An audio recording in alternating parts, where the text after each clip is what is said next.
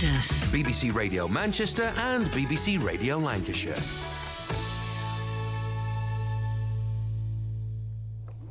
You're listening to Indus with me, Dalit Frikawan. Now, an international counter-terrorism conference took place in Manchester, organised by the Ramadan Foundation, along with the Sufi shrine of Eidgah Sharif in Pakistan.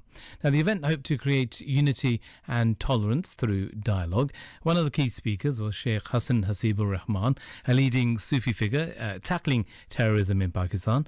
And I'm pleased to say we're going to be speaking to him in a moment. And also, along with the chair of the Ramadan Foundation, Mohammed Shafiq, the man behind it all, and we can certainly speak to him now. Good evening. Good evening, Tyler. So, Shafiq, this is your second international conference, but just to remind us, give us a bit of a background and the aims of this conference.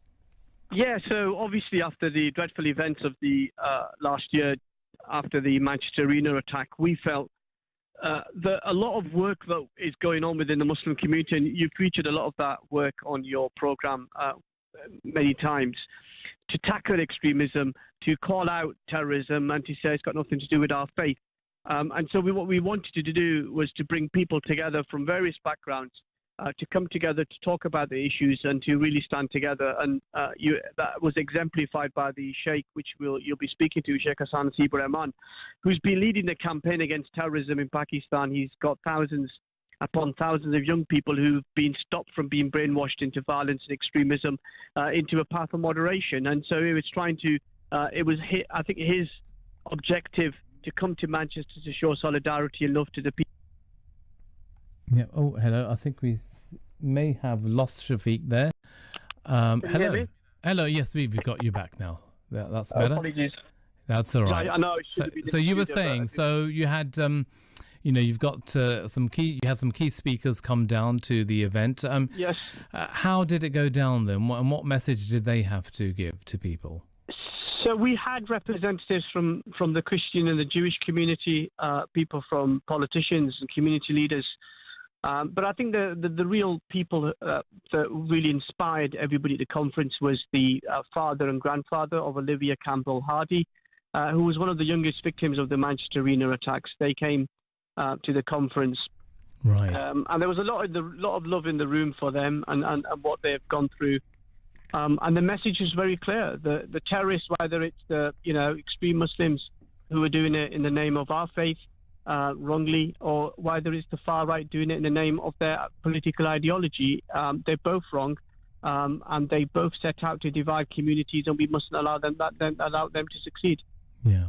Well, we can now speak to Shaykh Hassan Rehman. As I mentioned, he's a leading Sufi figure tackling terrorism in Pakistan. Welcome to the program, Shaykh Hassan. How are you?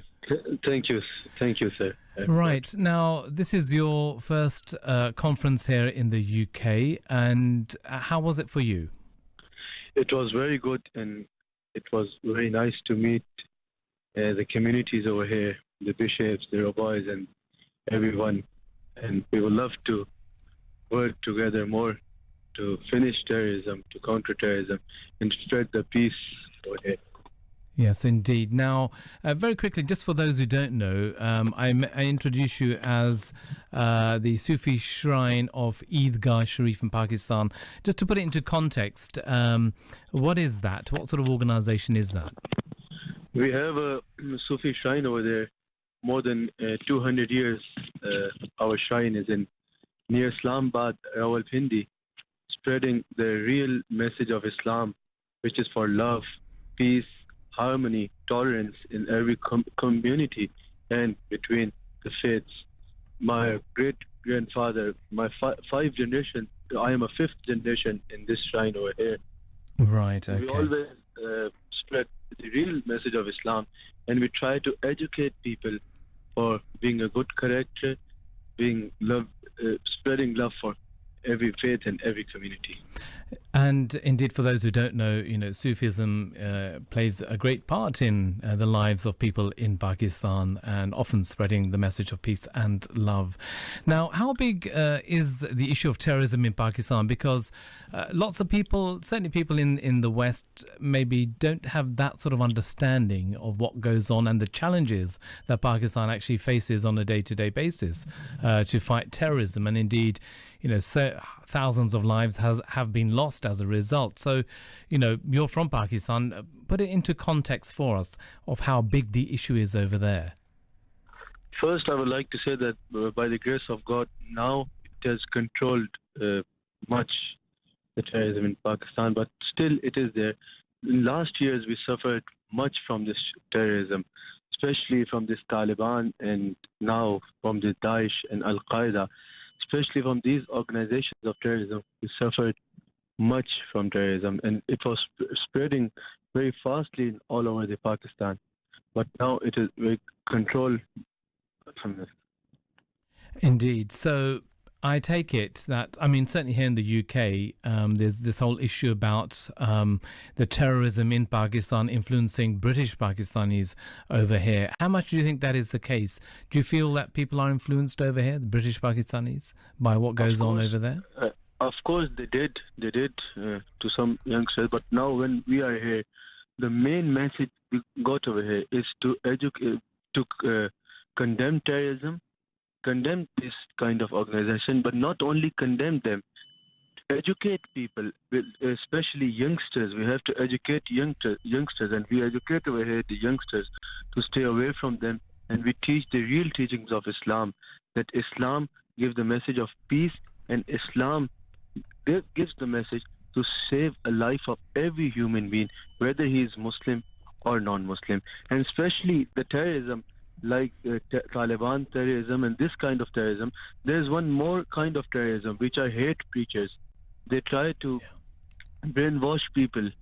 And I suppose that must be quite a challenge as well for leaders like yourself, because and that's one of the fears that I think the UK has of preachers coming over here having a certain mindset and an interpretation of their faith. And again, for those who are novices and don't understand their faith, what they say, excuse the pun, but it is gospel. So it is what it is for them. So how do you educate the future generations of imams and those indeed who have ambitions to come over here?